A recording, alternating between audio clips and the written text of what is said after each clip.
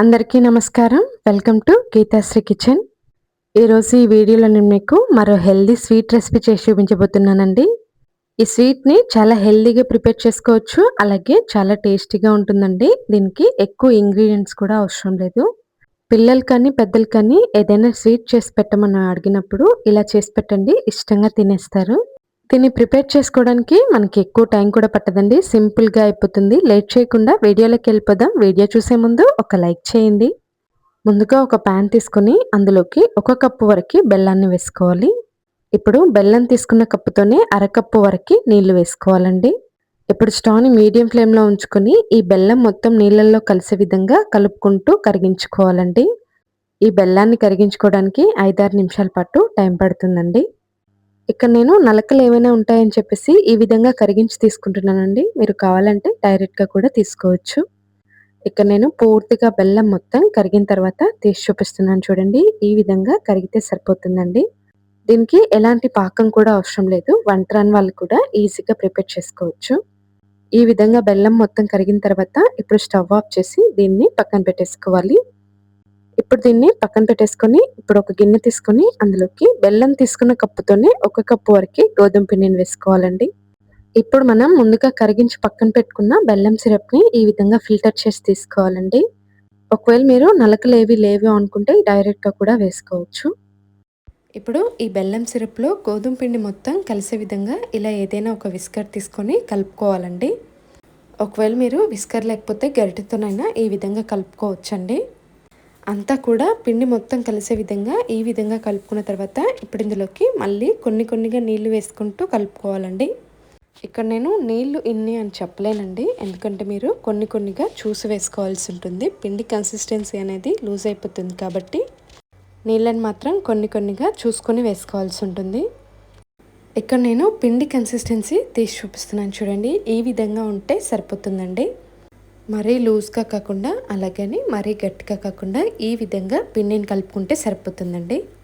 ఇప్పుడు ఇందులోకి ఒక చిటికెడు సాల్ట్ వేసుకోవాలండి.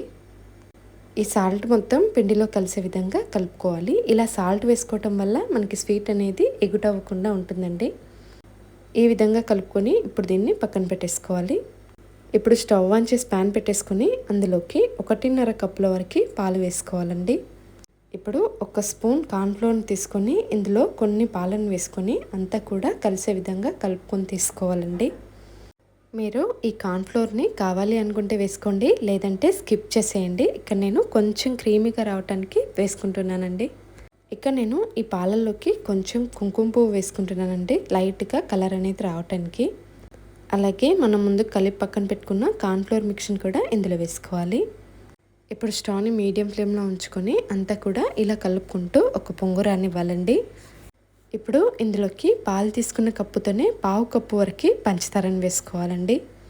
లైట్గా స్వీట్నెస్ అనేది తెలియాలని చెప్పేసి ఇక్కడ నేను పంచదార వేసుకుంటున్నానండి. మీరు కావాలనుకుంటే బెల్లాన్ని కూడా వాడుకోవచ్చు. ఇప్పుడు వేసుకున్న పంచదార మొత్తం పాలల్లో కలిసే విధంగా కలుపుకుంటూ ఉడికించుకొని ఈ విధంగా ఒక పొంగు రానివ్వాలండి. ఈ విధంగా పంచదార మొత్తం కరిగిపోయి ఈ విధంగా ఒక పొంగు వచ్చిన తర్వాత ఇప్పుడు స్టవ్ ఆఫ్ చేసుకుని వీటిని పక్కన పెట్టేసి చల్లారనివ్వాలి. చల్లారిన తర్వాత ఒక 10 నిమిషాల పాటు ఫ్రిడ్జ్లో పెట్టి తీసుకోవాలండి. ఇప్పుడు స్టవ్ ఆన్ చేసి వేరే చిన్న ప్యాన్ పెట్టేసుకొని అందులోకి లైట్గా ఆయిల్ వేసి ఈ విధంగా స్ప్రెడ్ చేసుకోవాలి. ఇప్పుడు మనం ముందుగా కలిపి పక్కన పెట్టుకున్నాం కదండి గోధుమ పిండి. ఇప్పుడు వీటిని ఈ విధంగా చిన్న దోశల్లాగా వేసుకోవాలి. ఇక్కడ నేను చిన్న సైజులో ప్రిపేర్ చేస్తున్నానండి. మీరు కావాలి అనుకుంటే పెద్ద సైజులో కూడా వేసుకోవచ్చు. స్టవ్ని మీడియం ఫ్లేమ్లో ఉంచుకొని 1 నిమిషం పాటు కుక్ చేసుకొని ఇప్పుడు వీటిని రెండో వైపుకి తిప్పుకోవాలి. వీటిని ప్రిపేర్ చేసుకోవడానికి ఎక్కువ టైం ఏం పట్టదండి. 10 నిమిషాల్లో ఈజీగా అయిపోతుంది. చూడండి ఈ విధంగా ఫ్రై చేసి తీసుకుంటే సరిపోతుంది. మరీ ఎక్కువ ఫ్రై చేసుకోవాల్సిన అవసరం లేదండి.